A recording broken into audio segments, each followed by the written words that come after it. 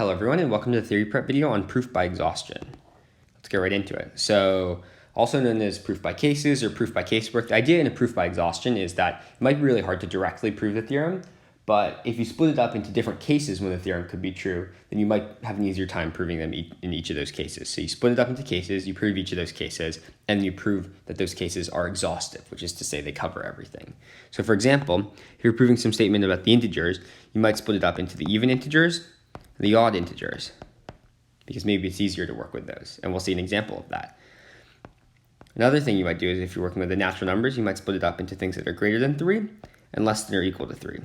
And you don't necessarily only have to have 2 cases. You could have 5, 10, you can have as many cases or as few cases as you want, just whatever makes the proof easier for you.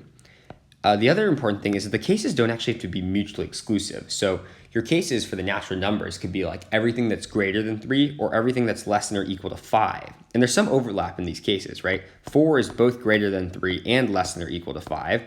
But the thing is, if you prove the theorem is true for everything greater than 3 and the theorem is true for everything less than or equal to 5, you've still proven that the theorem is true for all the natural numbers. Maybe you have 2 proofs that it's true for 4 now, but they don't cancel each other out or something. You just so it's okay to have overlap in your cases. What it's not okay to have is if you're missing stuff in your cases. So for example, let's say you proved it for n greater than 3 and less than or equal to 2. Well, now you have a problem because the number 3 is in neither of your cases. It's not greater than 3. It's not less than or equal to 2. So you're missing something. So you can't actually assert the theorem. So it's very important to, and we'll see an example of a bogus proof that doesn't do exhaustive cases, but it's very important to make sure that your cases are exhaustive, because otherwise you haven't proven anything. You've proven the theorem true in certain scenarios, but not in all of them. Great. Let's take an example. So our example problem is for any natural number, n, the value n squared plus n is even. And so this might be a little bit hard to prove just directly, but what we can do is we can split up into 2 cases. So case 1 is n is even. And if n is even, then we know n squared is even, right? And to give a short proof of that, we can write n equals 2m, which implies that by substitution n squared equals 4m squared, which equals 2 times 2m, right? So, and since this is an integer, this quantity is even. So that means that n plus n squared is adding 2 even numbers, which gives us an even number. In the second case, if we assume n is odd,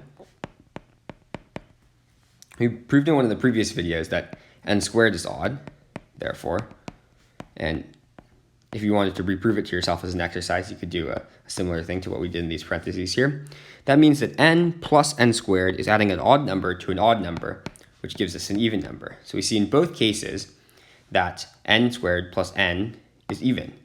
And so the last thing we should check is that the cases are exhaustive. Well, any natural number is either even or it's odd. And so that means that we've covered all the cases and we've proven the theorem. And you see here, it's relatively easier to prove that n plus n squared is even if you know the even or oddness of n, whereas it might be kind of hard to just prove the theorem directly. So it was really helpful to have cases here. All right, let's try another example. And I guess the title gives it away that this will be a bogus proof, so there'll be a hole in it. So let's say that we want to prove for any integer the quantity 2z to the 4th minus z to the 3rd is greater than 0. And we could maybe try experimenting with some numbers to just get a feeling for it. But I think what you're going to realize is that this first term, well, z to the 4th, that's always positive, so we don't really have to worry about it. But the second term, z to the 3rd, well, if you put in a positive number here, then it'll be positive. And if you put in a negative number here, it'll be negative. So that suggests maybe we should do 2 cases. We could do case 1 is that z is positive, and case 2 is that z is negative.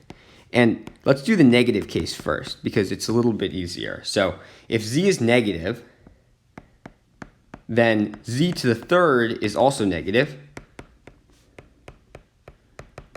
So both 2z to the fourth and negative z to the third are greater than 0. And so that means when you add these together, you add 2z to the fourth minus z to the third together, obviously that must be greater than 0 because you're adding two things together that are greater than 0. Now let's consider if z is positive.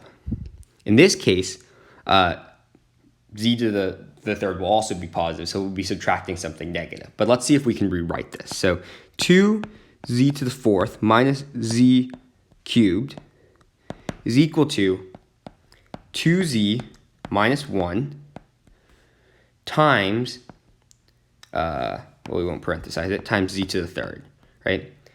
And we know that since z is positive, this, z to the third, is greater than 0. And we know that since z is an integer, a positive integer, that 2z minus 1 must also be positive, must also be greater than 0. And if you multiply together two things that are greater than 0, you get something that's greater than 0. So now we split it up into cases, positive and negative integers, and we've proven that in both of these cases it's greater than 0. That proves the theorem. Now, the mistake we've made here is that clearly this is not true, right? 2z to the fourth minus z cubed is not greater than 0 because if you plug in 0, you would get 0, which is not larger than 0, not strictly larger. So the mistake we made was we covered the positive and the negative integers, but we forgot 0. So it's always important to make sure you cover all of the cases because otherwise your proof by exhaustion, well, it's not exhaustive and therefore is not a legitimate proof.